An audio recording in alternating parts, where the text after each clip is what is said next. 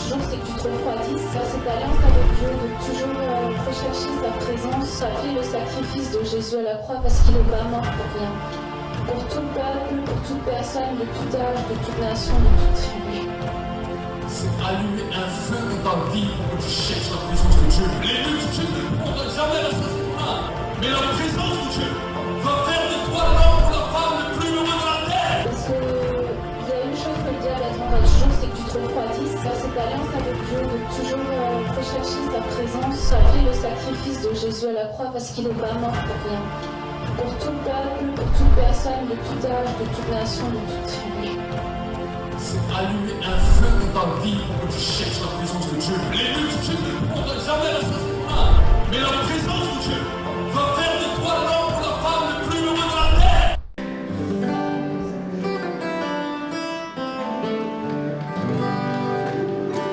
Qui ça, tu veux remercier le Seigneur pour la réunion? Merci Seigneur pour ce dimanche, Seigneur, nous sommes venus Seigneur te célébrer et te louer. Je te remercie pour ta grâce. Merci Seigneur pour la vie que tu nous as donnée, pour le renouvellement du souffle. Je te demande d'envoyer tes anges protecteurs et tes murailles de feu maintenant Seigneur ici dans ce lieu. Merci que nous pouvons te donner notre adoration et notre acclamation Seigneur pour tout ce que tu es. Dans le nom de Jésus. Amen. Amen. Amen. Acclame le Seigneur le nom ensemble. Chantons, car Dieu est là. Où sont les cris de joie? Où sont les cris de joie? Laissons-lui, laissons-lui reconnaissance, un paquet de gloire. Chantons-le ensemble. Chantons le roi des rois.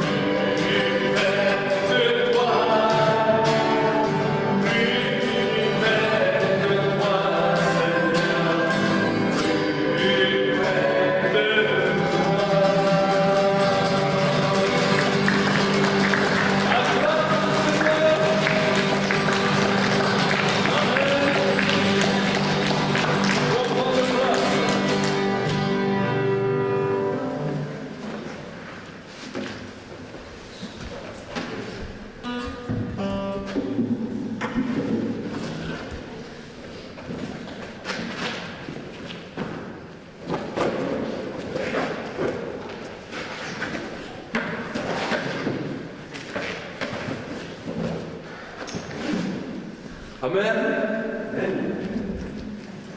Combien croient et combien sont heureux de se rapprocher plus près de Dieu chaque jour. Amen. Vous savez, si nous sommes sur la terre, ce n'est pas pour rien. Si nous sommes sur la terre, ce n'est pas pour rien. Je vais juste voir si ça marche.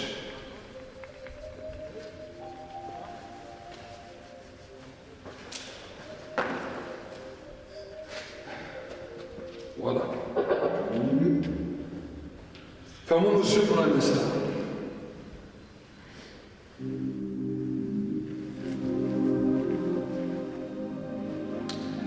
Seigneur, mon Dieu, mon roi, je veux vraiment te bénir, je veux vraiment te rendre grâce. Un jour, nous serons éternellement dans ta présence. Et ce jour-là sera un jour glorieux. Notre séjour sur la terre ne doit pas simplement être un séjour dans lequel nous attendons aux choses de cette terre, mais est un séjour dans lequel nous nous réjouissons parce qu'un jour nous serons éternellement dans ta présence. Pendant ces temps, ces instants que nous allons passer ensemble, nous voulons, Seigneur, nous rappeler que sur cette terre, nous sommes simplement étrangers, voyageurs temporaires. Nous ne restons qu'un temps, qu'une saison, qu'un instant. Et un jour, Seigneur, nous allons te rejoindre pour te célébrer pour l'éternité. Apprends-nous, Seigneur, sur terre, à compter nos jours. Apprends-nous, Seigneur, sur cette terre, à nous rappeler chaque jour que chaque jour que tu nous laisses encore sur cette terre est une grâce. Nous voulons te bénir, nous voulons te rendre grâce, parce que tu es Dieu au nom de Jésus. Amen. Nous allons ouvrir notre Bible dans le livre de Corinthiens. Livre de Corinthiens. 1 Corinthiens chapitre 11 et au verset 23. Nous allons lire ensemble ce que la Bible nous dit, car moi j'ai reçu du Seigneur ce que je vous ai enseigné. Ce que le Seigneur Jésus, dans la nuit, il prit du pain, et après avoir rendu grâce, le rompit et dit, ceci est mon corps qui est rompu pour vous, faites ceci en mémoire de moi. De même, après avoir soupé, il prit la coupe et dit, cette coupe est la nouvelle alliance en mon sang, faites ceci en mémoire de moi, toutes les fois que vous en boirez.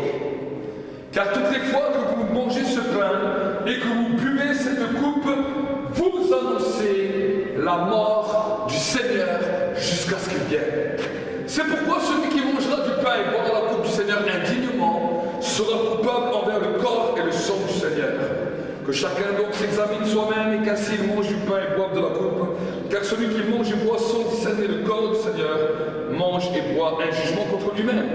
C'est pour cela qu'il y a parmi vous beaucoup d'infirmes et de malades et qu'un assez grand nombre sont morts. Si nous nous jugions nous-mêmes, nous ne serions pas jugés. Mais quand nous sommes jugés, nous sommes châtiés par le Seigneur, afin que nous ne soyons pas condamnés avec le monde. Amen. Vous savez, la vie de l'homme sur la terre est un pèlerinage.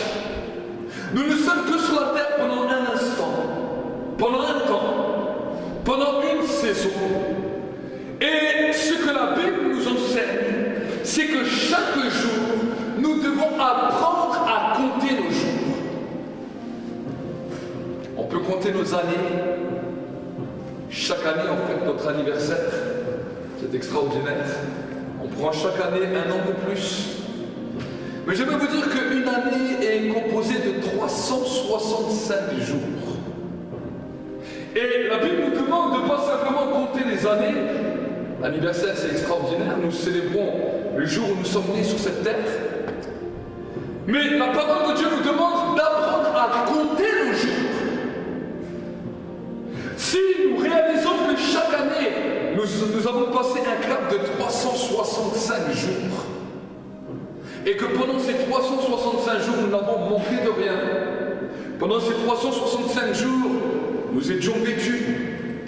Pendant ces 365 jours, nous n'avons pas quitté cette terre. Alors vous allez voir que vous n'allez pas manquer de mots pour adorer Dieu. Parce que chaque jour qui passe est un jour qui nous rapproche de notre Seigneur. Aujourd'hui, on ne peut pas avoir une pensée morbide. Hein? Non, parce que je vous dis ça que il dit mais qu'est-ce qu'il a le prophète aujourd'hui? Il nous parle que de rejoindre le Seigneur, de rejoindre le Seigneur. Vous savez, le jour où nous quittons cette terre n'est pas un jour des ténèbres, mais est un jour glorieux. Alors bien sûr, pour les gens qui vont rester, c'est difficile, c'est la douleur, c'est la souffrance. Pourquoi? Parce que c'est nous-mêmes, pour nous-mêmes que c'est égoïste. Parce que quand on quitte cette terre, nous, les gens qui sont là, ils pleurent. Pourquoi? Parce que quelque part, on aime bien cette personne, on aime bien passer du temps avec cette personne, on apprécie cette personne. Mais pour la personne qui part, pour elle, c'est pas un jour triste, mais c'est un jour glorieux. Fini la souffrance, fini le découragement, fini de lutter dans la vie, fini de batailler. Parce que tout ce qui est sur cette terre se termine et l'au-delà commence. Vous savez, le secret de l'éternité est quelque chose d'extraordinaire. Parce que dans le secret de l'éternité, nous comprenons que quand nous quittons cette terre, nous allons partir pour le ciel. Amen. Si du moins nous avons accepté Jésus et si nous avons marché avec lui sur cette terre. Des fois, cela nous implique des choix. Vivre avec Jésus n'est pas toujours facile. Des fois, on doit apprendre à mourir à nous-mêmes, mourir à nos raisonnements, mourir à nos mentalités. Des fois, ça nous coûte, mais Jésus a dit, celui qui veut être mon disciple, qu'il apprenne à renoncer à lui-même, qu'il se charge de sa croix et qu'il me suive. Se charger de la croix, pour certains, c'est plus facile que pour d'autres. Ça dépend de la croix que tu as portée. Chaque situation de la vie d'une personne est différente. Et c'est pour cela que,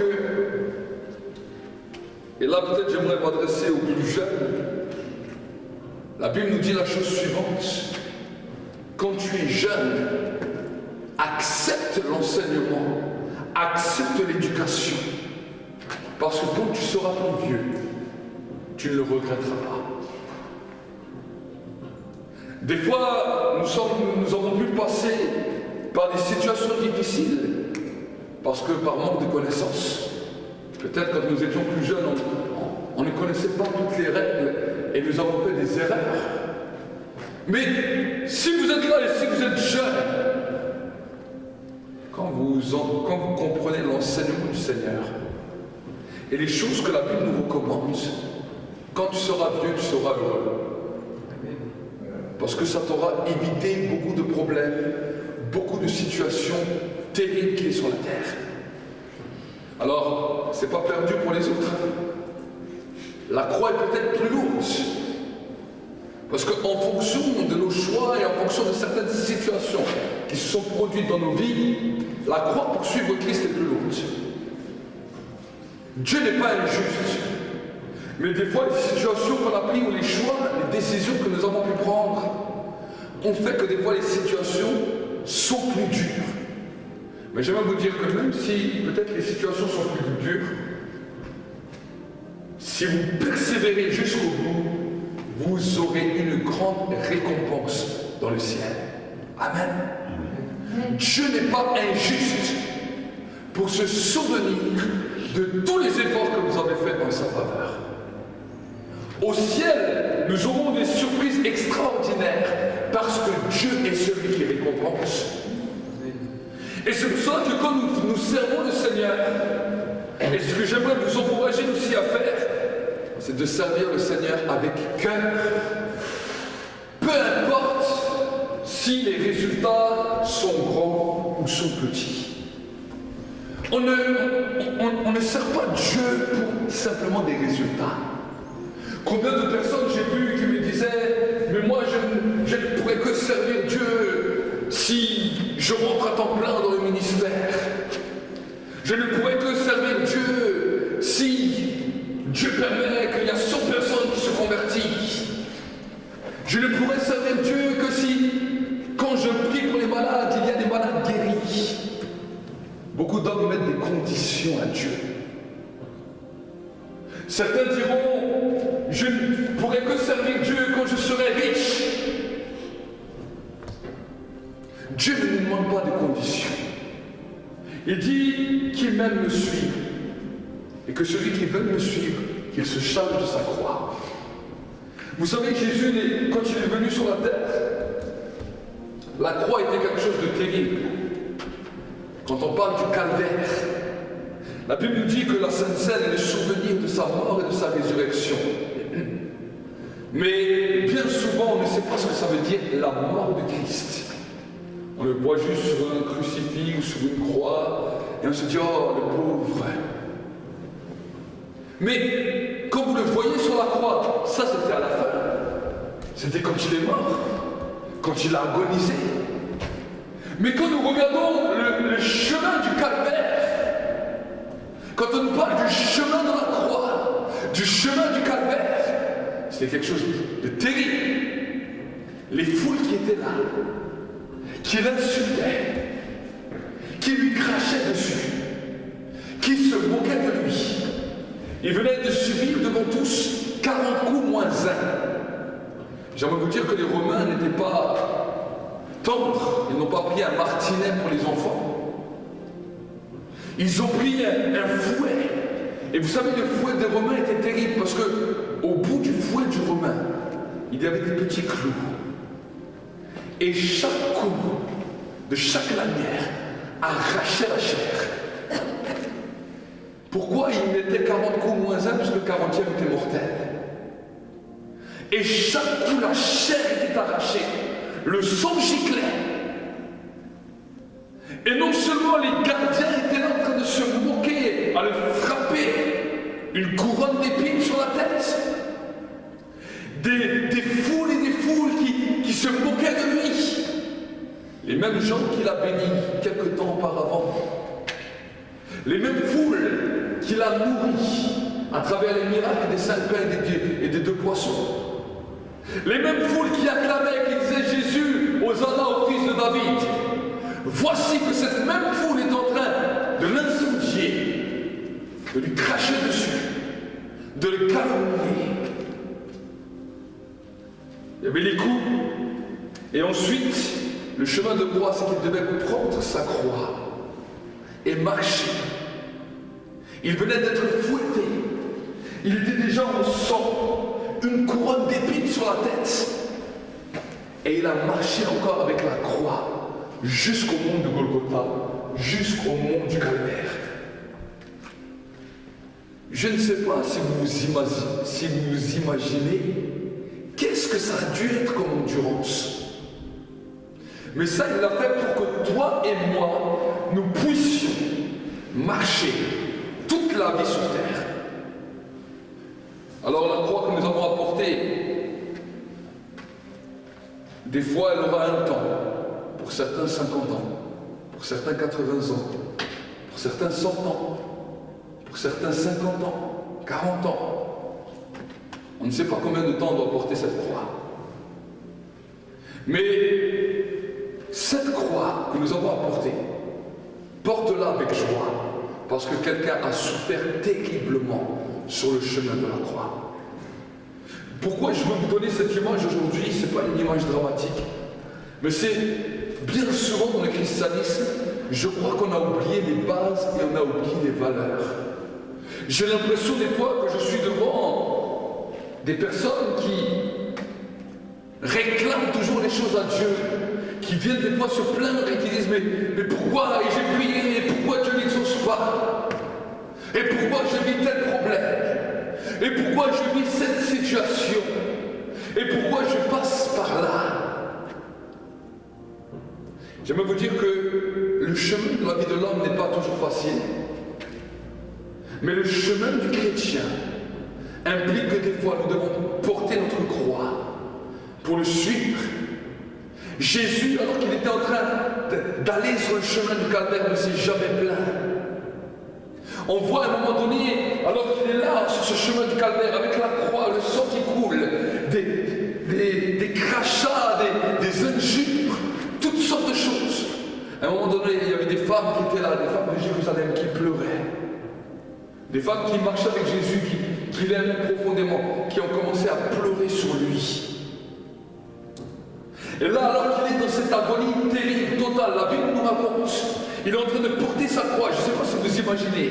La foule qui crie, la foule qui lui crache dessus. Les femmes qui l'aimaient étaient là et qui commençaient à pleurer.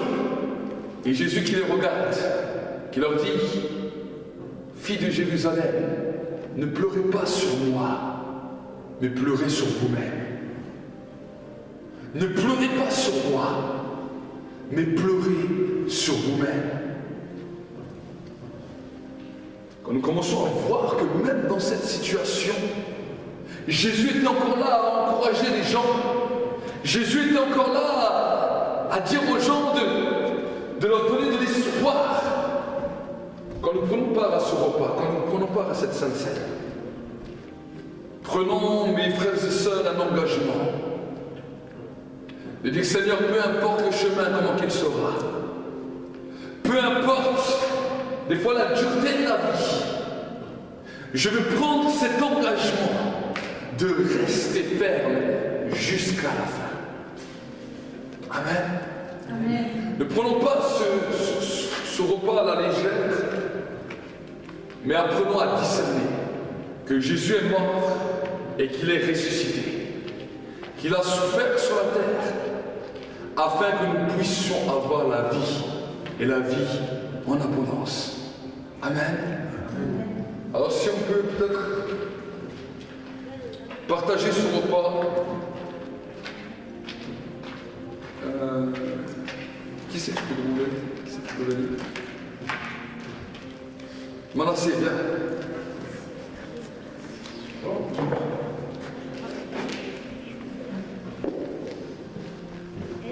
Que tu puisses prier pour cette Sainte Seine que nous allons partager ensemble. Oui. Merci Seigneur pour cette Sainte Seine que nous allons prendre, ton pain qui est ton corps, qui a été meurtri pour vous, et ton vin qui est ton sang, qui a coulé sur la croix. Et que nous nous rappelons de ce jour quand tu t'es sacrifié pour nous. Au nom de Jésus, Amen. Amen.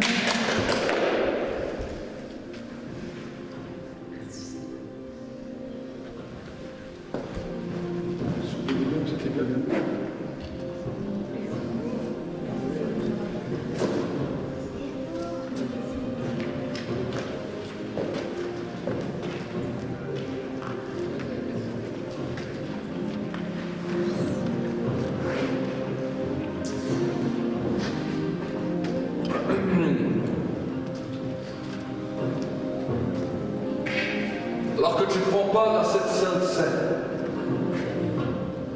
ce sacrifice que Jésus a accompli à la croix de Golgotha il y a plus de 2000 ans, là où son corps a été meurtri pour toi, là où son sang a coulé, là où la souffrance, les larmes ont coulé pour te racheter.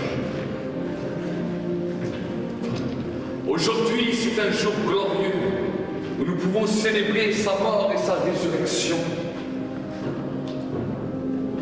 Aujourd'hui est un jour extraordinaire. Alors ce matin encore, alors que nous sommes là dans sa présence, que peut-être quelques-uns puissent élever leur voix et remercier le Seigneur pour cette grâce imméritée qu'il nous a donnée. On regarde ni à droite, on regarde ni à gauche, mais que tu puisses élever ta voix là où tu es.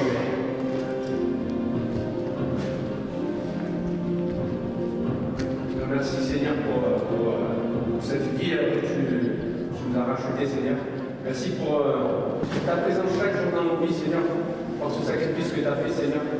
Merci parce que tout est nouveau avec toi, Seigneur. On peut avancer toujours dans la lumière avec toi, Seigneur. On peut avancer dans un chemin de victoire, Seigneur, parce que tu as vaincu justement la croix, Seigneur, pour nous.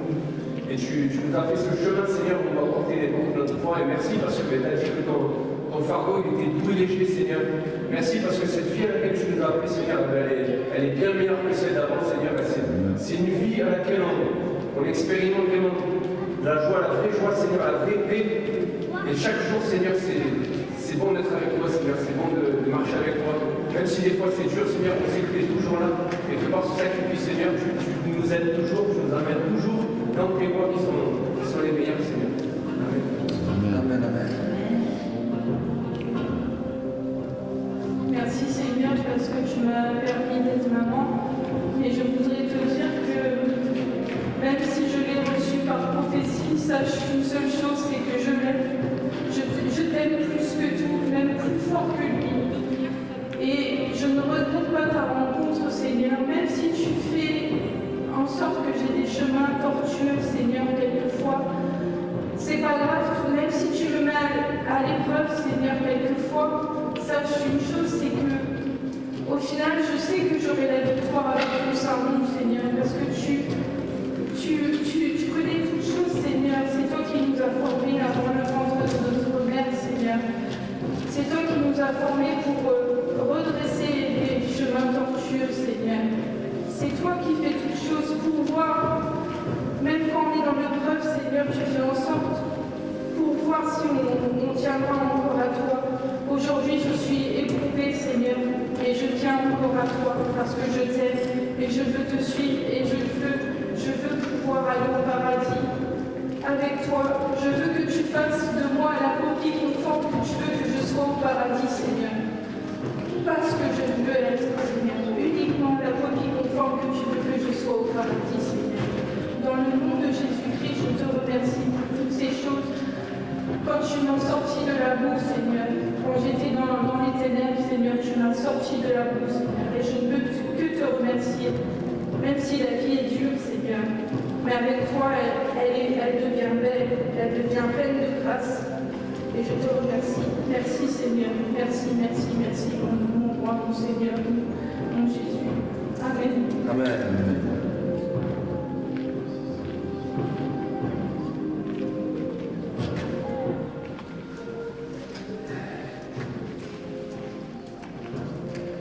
Merci Seigneur pour ta grâce, pour ta fidélité, pour ton amour. Seigneur, nous voulons te remercier pour ces instants de repas dans ta présence. Et nous te demandons que maintenant c'est toi qui poses ta main, Seigneur, sur ces moments de parole. Que cette parole puisse bouleverser les cœurs, puisse bouleverser les vies. Et que Seigneur, mon Dieu, mon roi, tu puisses amener ton peuple dans une nouvelle connaissance. Que tu puisses amener ton peuple dans un renouveau. Nous voulons réellement te remercier, t'exalter parce que tu es Dieu. Dans le nom de Jésus-Christ. Amen. Acclame pour le Seigneur fortement. Acclame pour le Seigneur. Même si nous avons un peu les mains froides, nous voulons bénir le Seigneur pour sa grâce. Amen. Amen. Vous savez, la Bible nous dit la chose suivante. Que pour que nous puissions nous approcher de Dieu, le moyen que Dieu prend plaisir est le moyen de la foi. Ce n'est pas quelque chose que l'homme a inventé, mais ça a été la décision de Dieu. Amen. Chaque fois que l'homme a voulu s'approcher de Dieu, Dieu a décidé que l'homme puisse s'approcher par la foi.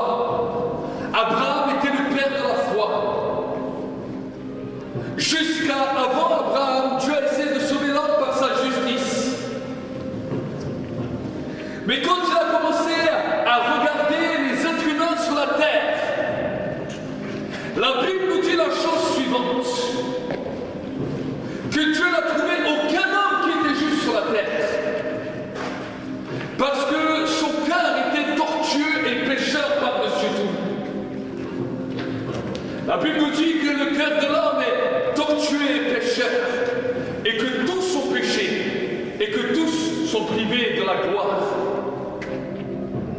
Alors Dieu, dans son conseil, a décidé un plan extraordinaire. A décidé de parler à un homme. Il a dit, si cet homme accepte de me suivre, si cet homme accepte ce que je dis, alors je vais le justifier non pas parce qu'il a fait des bonnes œuvres, mais je vais le justifier parce qu'il a pu avoir confiance en moi. La Bible nous dit que Dieu a commencé à parler à Abraham. Il a dit à Abraham, viens, suis-moi. Je vais t'amener dans un pays où coule le lait et le miel. Vous savez, aujourd'hui, on peut suivre un GPS, on peut suivre une voie. Dans notre 21e siècle, c'est quelque chose de normal. Mais du temps d'Abraham, c'était pas normal. C'était illogique. Partir vers une direction qu'il ne connaissait pas. Vers une nation, vers un pays, vers un peuple qu'il ne connaissait pas. Juste parce que simplement Dieu lui avait dit. Il a décidé de suivre cette voie, d'écouter ce que Dieu lui a dit. Et la Bible nous dit, à cause de son obéissance, il fut appelé le Père de la foi. Voilà pourquoi aujourd'hui, dès qu'on parle de la foi, on va parler d'Abraham. Les Juifs vont parler d'Abraham, les chrétiens vont parler d'Abraham, les musulmans vont parler d'Abraham. Toute personne qui commencera à parler de la foi sera obligée de parler d'Abraham, parce qu'il a été appelé le Père de la foi. Et la Bible nous dit que dans cette dimension de grâce, Jésus est mort et il est ressuscité, afin que chaque personne qui croit puisse devenir un enfant de Dieu. Amen. Amen. Cette dimension de foi, c'est la base de notre croyance. Et c'est dans cette base de cette croyance que le Seigneur veut nous faire avancer. Aujourd'hui, alors que nous posons les bases, que nous posons les fondements, nous voulons arriver aussi dans la dimension de la rencontre. Vous savez, dans la dimension de la foi, nous commençons à avancer parce qu'on a entendu un message, on a entendu une parole, et on a décidé de croire à cette parole. On a décidé d'être construit sur cette parole. Mais maintenant, dans la dimension de cette parole, Dieu veut nous amener dans un autre endroit qu'on appelle un endroit de rencontre. Dis avec moi, un endroit de rencontre. Un endroit de rencontre. Dieu veut t'amener dans un endroit de rencontre. Et l'endroit de rencontre ne va peut-être pas être forcément l'endroit que tu vas t'attendre. Nous pouvons voir que quand Dieu a parlé à Abraham, il lui a parlé d'un pays où coule le lait et le miel. Mais quand les enfants d'Israël ont dû rentrer dans ce pays, avant d'entrer dans ce pays, la Bible nous dit qu'ils sont passés par le désert. Bien souvent, j'entends voir des hommes et des femmes qui viennent me dire « Je passe par un désert spirituel ». Certains me disent « Je passe pendant des années de désert spirituel ».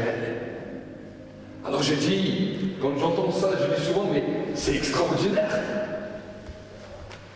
Qu'est-ce que tu as rencontré dans ton désert? Qu'est-ce qui s'est passé dans ton désert? Beaucoup de gens, quand je leur dis cette question, ils me disent, mais moi, mon désert, je rencontre des problèmes semaine après semaine. Je vis la difficulté semaine après semaine. Je vis le désespoir semaine après semaine.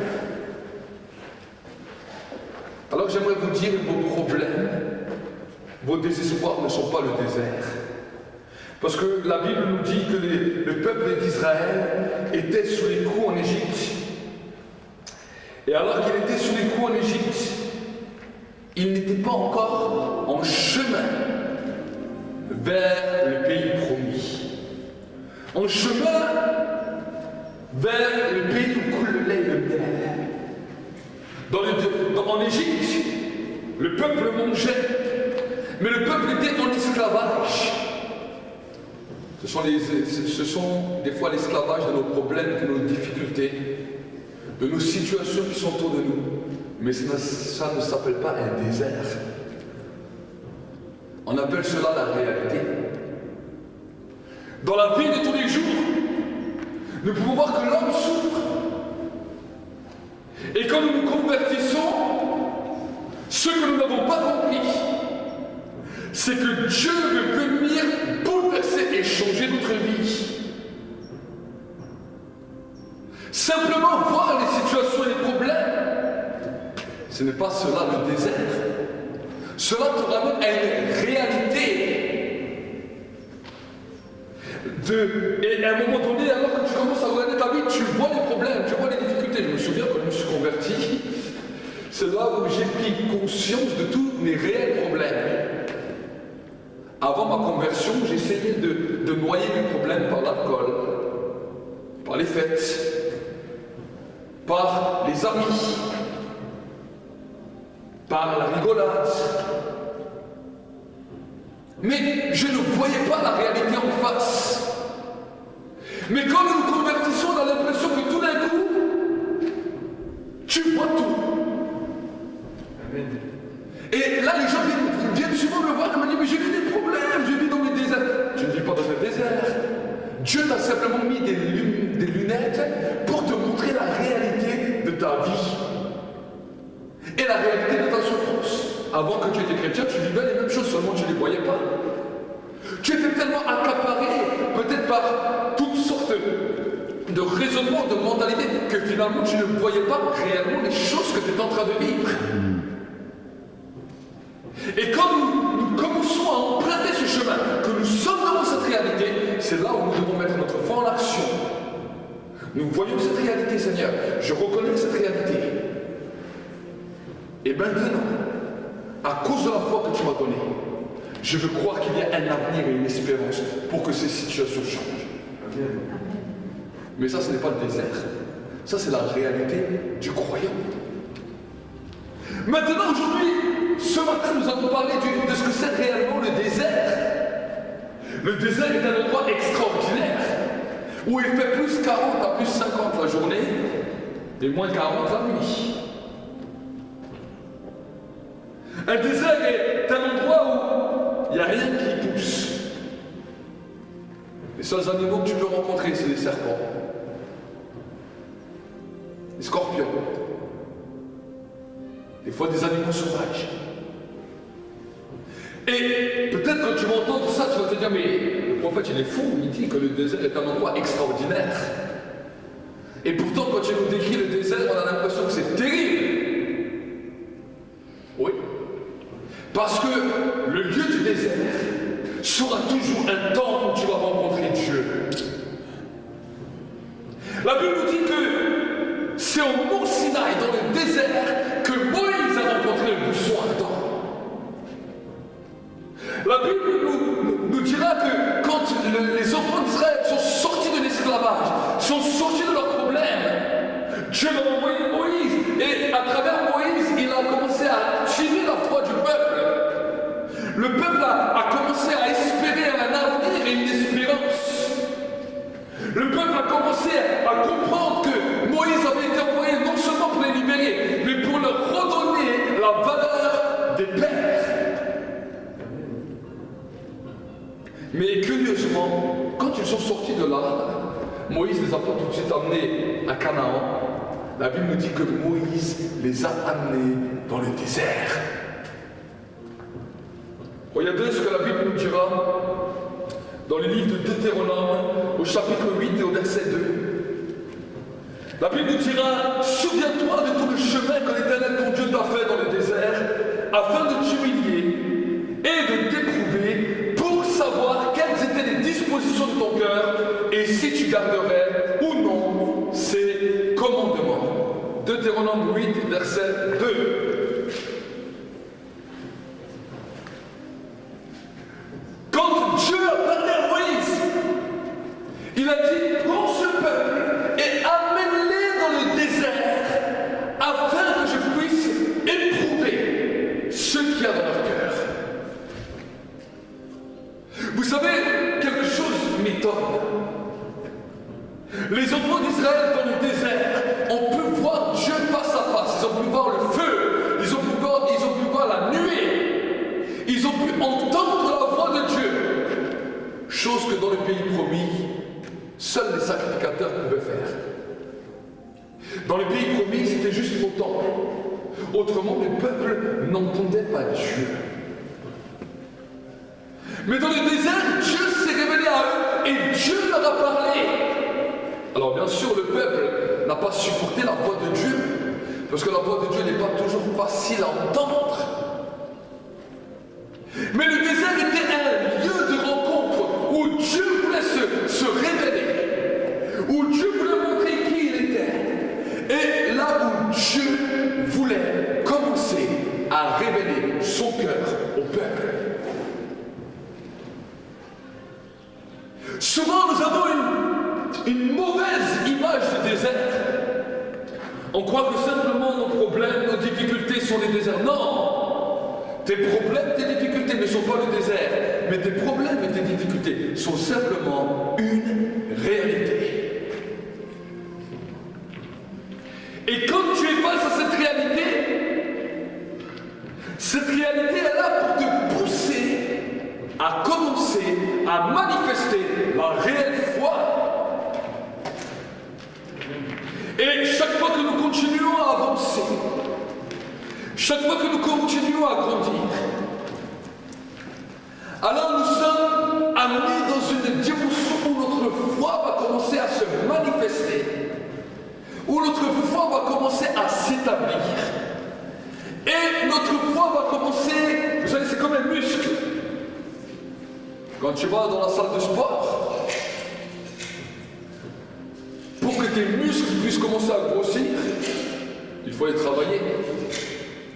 Si tu ne travailles pas tes muscles, même si tu es motivé, même si tu as payé le meilleur des abonnements, ton muscle ne grossira jamais. C'est vrai, c'est pas vrai? C'est vrai. Ben, la foi, c'est pareil. Nous avons reçu la foi à cause du sacrifice que Jésus a fait à la croix de Golgotha.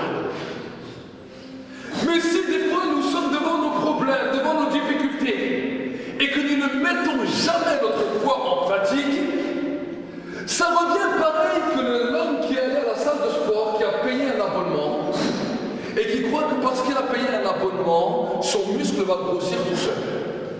C'est la même chose. Ça n'aura aucun effet.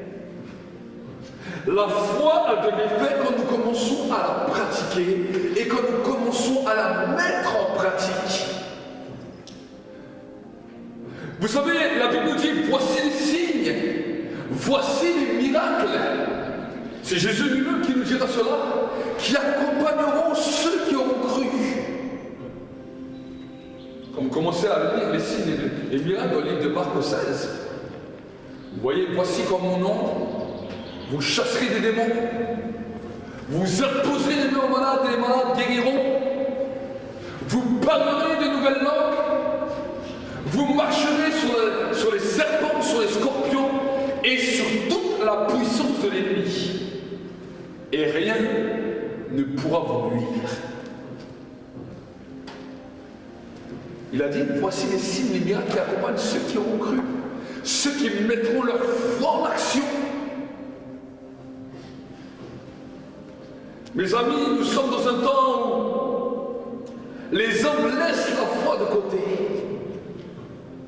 Notre société décide de vivre comme si Dieu n'existait pas. Mais ce qu'ils sont en train d'oublier, c'est qu'un jour ou l'autre, l'homme va quitter cette terre et l'homme aura des comptes à rendre devant Dieu. Tous autant que nous sommes, vous comme moi, nous aurons tous des comptes à rendre devant Dieu. Et j'aimerais vous dire que par nous-mêmes, s'il n'y aurait pas la grâce de Dieu, s'il n'y aurait pas l'amour de Jésus, nous serons tous mal barrés. Pourquoi? Parce qu'on a des raisonnements, on a des mentalités. Vous savez, Jésus dira que celui qui a de la haine contre son prochain est un meurtrier. que celui qui dira Raka veut dire imbécile, que si une personne dit imbécile à un autre, il mérite l'enfer. Que si un homme convoite une femme, juste le simple fait de convoiter dans ses pensées, dans ses raisonnements, il a commis l'adultère. Quand nous commençons à voir la barrière du péché, par nous-mêmes nous sommes tous foutus. Mais à cause de la grâce de Jésus, à cause du sacrifice parfait qui a eu lieu au mont Golgotha il y a plus de 2000 ans, à cause du sang innocent qui a été versé, nous avons cette capacité de pouvoir être justifiés en demandant non seulement pardon, mais en réclamant le sang de Jésus sur nos vies. Amen. C'est ça qui vient bouleverser nos vies. C'est ça qui vient changer nos vies. C'est ça qui vient transformer toute notre mentalité. Mes amis, dans le temps du désert, c'est le temps où Dieu vient nous rencontrer. La Bible nous dit qu'avant que Jésus puisse manifester son ministère au grand jour, il a passé 40 jours dans le désert. Et c'était alors qu'il était dans ce désert que bien sûr que le diable est venu le tenter. Mais la Bible nous dit, Dieu bénisse, que c'est là où il a vécu quelque chose de glorieux et c'est là où il a rencontré le cœur du Père. Amen. Chaque fois que nous rentrons dans un désert, c'est pour rencontrer Dieu. Si une personne vient et me dit, je suis dans un désert, et je lui demande, alors qu'est-ce que Dieu t'a révélé? Il me dit, mais dans mon désert, je n'ai pas rencontré Dieu, ce n'est pas un désert, c'est une réalité. Amen. Dans la réalité, Dieu te demande de manifester ta foi. Mais dans le désert, tu ne viens plus manifester ta foi, mais dans le désert, tu fais une rencontre réelle avec Dieu, dans laquelle Dieu te révèle son cœur et Dieu t'amène dans un autre niveau. Le désert était la préparation. Pourquoi la préparation? Parce que avant que le peuple d'Israël entre dans le pays promis, ils avaient besoin de recommandations. Les nations, en l'occurrence la Palestine, le peuple des Cananéens, dans lequel Israël allait rentrer pour en prendre héritage, était un peuple qui avait été voué à l'interdit à cause de toutes sortes de méchanceté, à cause de toutes sortes de péchés que le peuple faisait. Les nations du monde étaient frappées des fois par des malédictions à cause de toutes sortes de péchés. Mais c'est dans le désert, quand Moïse a amené les enfants d'Israël dans le désert, que les enfants d'Israël ont connu toutes les lois de Dieu, les choses à faire, les choses à ne pas faire, afin de pouvoir vivre une vie de bénédiction sur la terre. Amen. Le désert est le lieu où Dieu t'enseigne, où Dieu t'instruit, où Dieu te montre là où tes pères ont échoué, là où ceux qui étaient avant toi ont échoué, là où tes ancêtres ont échoué. Eh oui, quand nous venons devant Dieu, nous ne connaissons pas les choses. Et dans le temps du désert, Dieu se révèle. Il te dit, je vais t'amener dans un pays de délices. Il commence à nous donner des promesses, c'est extraordinaire. J'aime les prophéties, j'aime les paroles que Dieu donne, j'aime les promesses que Dieu donne. C'est extraordinaire. Mais chaque fois que Dieu commence à manifester sa promesse dans la vie d'un homme, il t'amène dans le désert. Et dans le désert, tu connais les recommandations. Les choses à faire, les choses à pas faire. Les choses que Dieu te permet, les choses que Dieu ne te permet pas. Et curieusement, nous voyons que c'est dans le désert que les hommes se rebellent le plus. Normalement, leur désert devait être de 3 ans. La méconnaissance et leur mépris, leur plainte ont fait qu'ils sont restés 40 ans dans ce désert. Et certains ne sont jamais sortis de ce désert. Dans le désert, c'est là où Dieu nous inculque, où Dieu nous instruit, où Dieu nous forme, où Dieu nous donne des recommandations. C'est dans le désert que Moïse a eu les 10 tables de la loi, ce qu'on appelle les 10 commandements aujourd'hui. C'est dans le désert où il y a eu l'instruction par rapport au temple. Dans le désert, le peuple d'Israël a commencé à comprendre et à saisir quelle était la volonté parfaite de Dieu. Et j'aimerais t'encourager, mon frère, ma soeur, chaque fois que le désert s'ouvre à toi, d'avoir un cœur obéissant. Amen. Un cœur obéissant, c'est nous-mêmes qui l'inculquons à notre cœur. Vous savez, notre âme, des fois, est dure. Il y a des choses que Dieu aime, des choses que Dieu n'aime pas. Et quand nous lisons la parole de Dieu, nous découvrons les choses que Dieu aime et les choses que Dieu n'aime pas. Et finalement, quand nous sommes devant cette réalité, l'être humain est toujours là à essayer de négocier. Tu ne mentiras pas, un des commandements que Dieu a donné. Aujourd'hui, nous sommes dans une société où les hommes diront, mais un petit mensonge ne fait pas de mal. Mais j'aimerais vous dire que malheureusement, si, même si le mensonge est petit, le mensonge détruit. Et chaque fois que nous mentons, je prends quelque chose que tout le monde fait. Tout le monde ne va pas tuer. Tout le monde ne va pas faire les gros péchés comme on les appelle. Mais les petits péchés, c'est ce qui touche un petit peu tout le monde. Les mensonges. Ne pas dire toute la vérité, mais la demi-vérité. Jésus nous dira, la vérité vous affranchira et la vérité vous rendra réellement libre. Mais libre de quoi? Libre de l'oppression, libre de la dépression, libre de l'angoisse qui vient toucher terriblement l'homme. Combien d'hommes et de femmes dans notre pays, dans notre nation, sont angoissés? On parle juste de la France. Un pays soi-disant développé. Quand on regarde les statistiques, c'est un des pays qui mange le plus d'antidépresseurs au monde. Pourquoi? Le petit mensonge est en train de tuer notre génération. Et on va commencer à découvrir toutes les lois de Dieu dans ce désert. Et là, on va apprendre à marcher comme Dieu veut.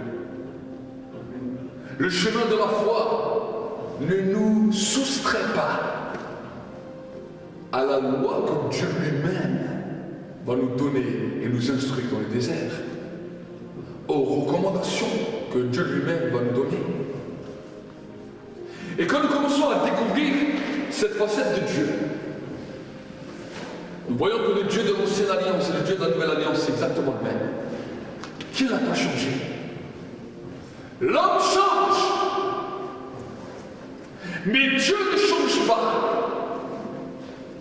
La Bible nous dit qu'en lui, il n'y a point l'ombre d'un changement, ni l'ombre d'une variation. Il demeure toujours le même.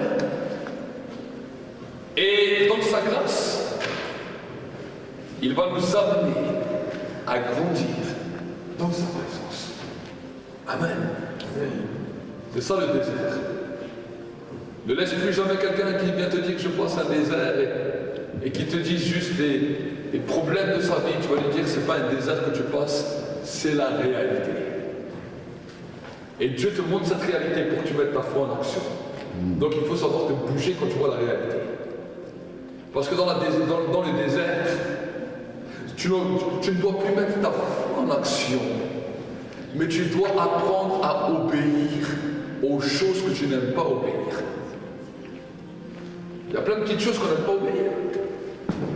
C'est vrai, c'est pas vrai. Quand tu vas lire la Bible, certains versets, tu vas fermer la Bible.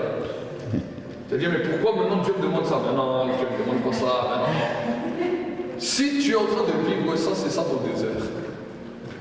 C'est que Dieu te montre une réalité. Dieu est en train de te montrer ce qu'il attend de toi. Et dans cette attente, il te demande de l'obéissance. L'obéissance n'est jamais chose facile. Une des premières obéissances, c'est d'accepter que Jésus est mort pour moi, qu'il a payé pour mes péchés.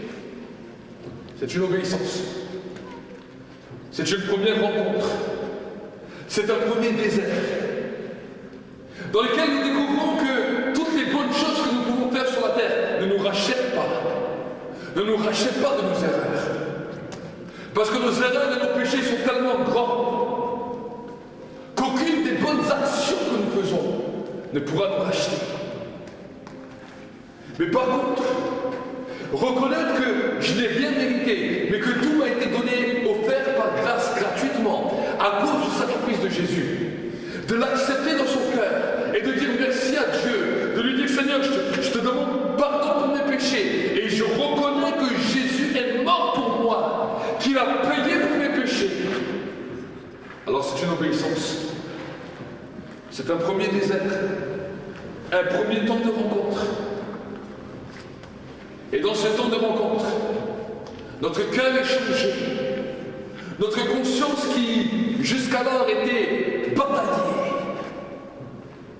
qui jusqu'alors était détruite, oppressée, angoissée, notre conscience commence à revivre. Et alors quand un homme, sa conscience est transformée, quand la conscience d'un homme est renouvelée, alors il est en paix avec Dieu. Et ensuite, nous commençons à avancer sur ce chemin. Nous voyons la réalité de la vie, nous manifestons la foi.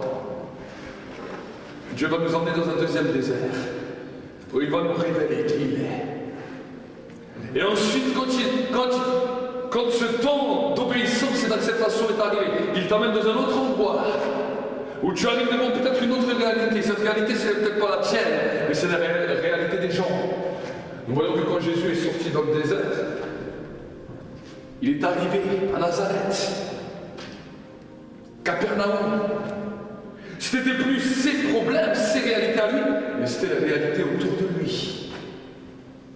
Mais parce que dans le désert, il a reçu des instructions, alors il a manifesté sa foi pour que d'autres puissent être libérés, visités, guéris. Et nous pouvons voir que souvent, à des moments, Jésus a amené ses disciples dans un endroit désert. La Bible nous dit qu'il les amenait dans un endroit désert où il les enseignait. Le désert est l'endroit où Dieu nous enseigne, où l'onction nous enseigne, où l'onction nous révèle les choses. Amen. Le désert n'est pas une malédiction, mais le désert est une bénédiction. Alors je vais prier aujourd'hui. Je suis arrivé à la fin de mon message. Il est un peu plus court. On a froid aux mains, on a froid aux jambes. L'endroit il est un peu froid aujourd'hui. Je ne comprends pas. La semaine dernière il était moins froid. Mais nous allons prier ensemble. Et je crois que Dieu vous parlait aujourd'hui. Et que Dieu vous a parlé. Et que Dieu veut vous amener dans un désert. Amen. Les gens fuient le désert, ne m'amènent jamais au désert. Moi aujourd'hui, en tant que prophète, je vais vous dire, Dieu veut vous amener au désert. Parce que c'est là où il veut vous enseigner. C'est là où il veut vous apprendre des choses. C'est là où il veut que vous le rencontriez.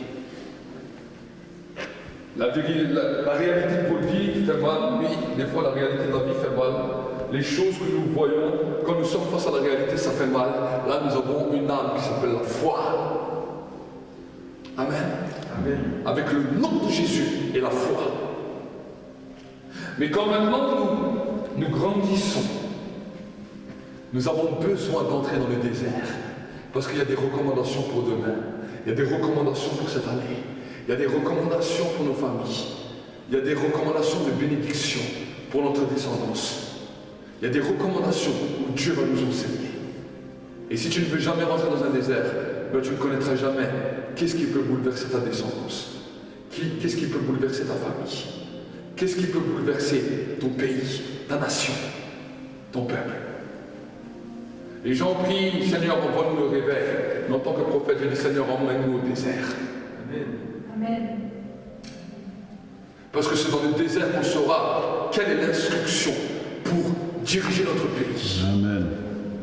C'est dans le désert que nous allons recevoir l'instruction pour dire au président, voici ce que vous faites, ce qui est mal, voici ce que vous devez changer. C'est dans le désert où nous allons ordonner au ministre de prendre telle direction pour que la famine ne touche pas notre pays et pour que notre pays puisse amener une bénédiction même pendant les temps de famine. Dans le désert, nous rencontrons ça. Le désert de Joseph était le temps de la prison, était le temps du puits. Mais dans ce temps, il a commencé à recevoir des directions claires et précises. Il pouvait dire à l'échanson du Pharaon, voici le rêve que tu as eu, voici son explication. Le désert n'est pas une malédiction. Et je crois que dans ce temps, Dieu nous emmène dans un désert, il nous emmène dans ce monde, dans cette montagne désertique, pour que nous puissions comprendre les choses. Amen. Amen. Et dans le désert, Dieu pourvoit tout, ne vous inquiétez pas. Le désert est extraordinaire. Parce que même s'il fait trop chaud, il y a une nuée qui vient te rafraîchir. Climatiseur, excellent. Le Saint-Esprit, il est venu, il a climatisé le désert. Quand il faisait froid la nuit, il mettait une colonne de feu. Pas besoin de payer de chauffage. Pas besoin de payer de clim. Tout était extraordinaire au désert. Amen. Alors nous ici, il y a des bougies là derrière, mais je ne sais pas si elle chauffe trop. On ne sent pas la chaleur. Voilà ce que j'avais à cœur de vous partager ce matin. Amen. Ce matin, j'avais à cœur cela. Je sais qu'on va vivre des temps glorieux. Je sais que dans l'année 2023 va être quelque chose de glorieux. Mais avant chaque gloire, et nous commençons à expérimenter la dimension de la gloire, avant chaque gloire, il y a la recommandation. Et la recommandation se fait toujours dans le désert. Amen. Amen. Est-ce que vous êtes prêts à rentrer dans ce désert? Amen. Dans le désert où Dieu va nous enseigner, où Dieu va nous donner des recommandations, où Dieu va nous donner des prescriptions, où Dieu va se révéler d'une nouvelle manière. Ta conversion était un premier désert. Et si tu n'as pas eu d'autres révélations depuis ta conversion, c'est qu'aujourd'hui tu dois grandir parce que tu es resté bébé. Amen. Mais chaque fois que tu rentres dans un nouveau désert, c'est pour grandir. Et nous pouvons voir que Moïse est rentré la première fois dans le désert. Il a eu la première révélation au buisson ardent. Il est sorti, il est allé en Égypte, il a amené le peuple, il est allé dans le désert. Là, dans le désert, il est remonté sur la montagne, une fois, deux fois. Jusqu'à ce que maintenant les recommandations étaient là. Amen. Prions ensemble. Seigneur, mon Dieu, mon roi, je veux réellement te remettre, je veux réellement te remercier parce que tu es Dieu. Et aujourd'hui encore, dans cette journée, je veux te remettre la vie de mes frères et de mes sœurs. Et je te demande, Seigneur, mon Dieu, mon roi, de poser ta main sur leur vie. Seigneur, que ensemble, Seigneur, nous puissions entrer dans ce désert de face à face avec toi. Seigneur, que là où, dans les pensées, dans les cœurs, le désert était une malédiction, que cela soit enlevé. Et que nous puissions rentrer dans cette dimension de connaissance, où nous allons grandir, où nous allons expérimenter encore ta gloire. Et que tout ce que l'ennemi a voulu conspirer dans nos cœurs, dans nos pensées, dans nos raisonnements, soit brisé dans le nom de Jésus. Et que cette semaine soit une semaine de renouveau pour la vie de mes frères, pour la vie de mes sœurs, pour la vie de ton Église. Et qu'ensemble nous puissions entrer dans une nouvelle dimension. Je te bénis, je te rends grâce pour tout ce que tu fais et tout ce que tu as accompli. Au nom de Jésus, je bénis cette semaine et je déclare que toutes les portes de bénédiction soient ouvertes. Au nom de Jésus, élève juste tes mains et dis avec moi, Seigneur, que toutes les portes de bénédiction et de grâce soient ouvertes sur ma vie. Et que cette semaine, face à la réalité de la vie, je manifeste ma foi. Au nom de Jésus, au nom de Jésus, Amen et Amen. Acclame pour le Seigneur.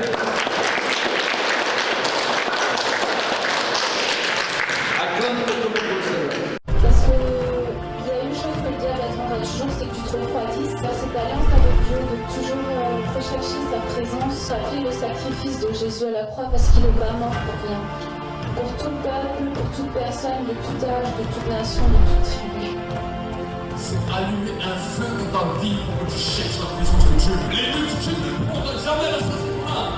Mais la présence de Dieu va faire de toi l'homme ou la femme le plus heureux de la terre. Parce que il y a une chose que le diable attendra toujours, c'est que tu te refroidisses dans cette alliance avec Dieu, de toujours rechercher sa présence, appeler le sacrifice de Jésus à la croix parce qu'il n'est pas mort pour rien. Pour tout peuple, pour toute personne, de tout âge, de toute nation, de toute tribu. C'est allumer un feu dans ta vie pour que tu cherches la présence de Dieu. Les multitudes ne pourront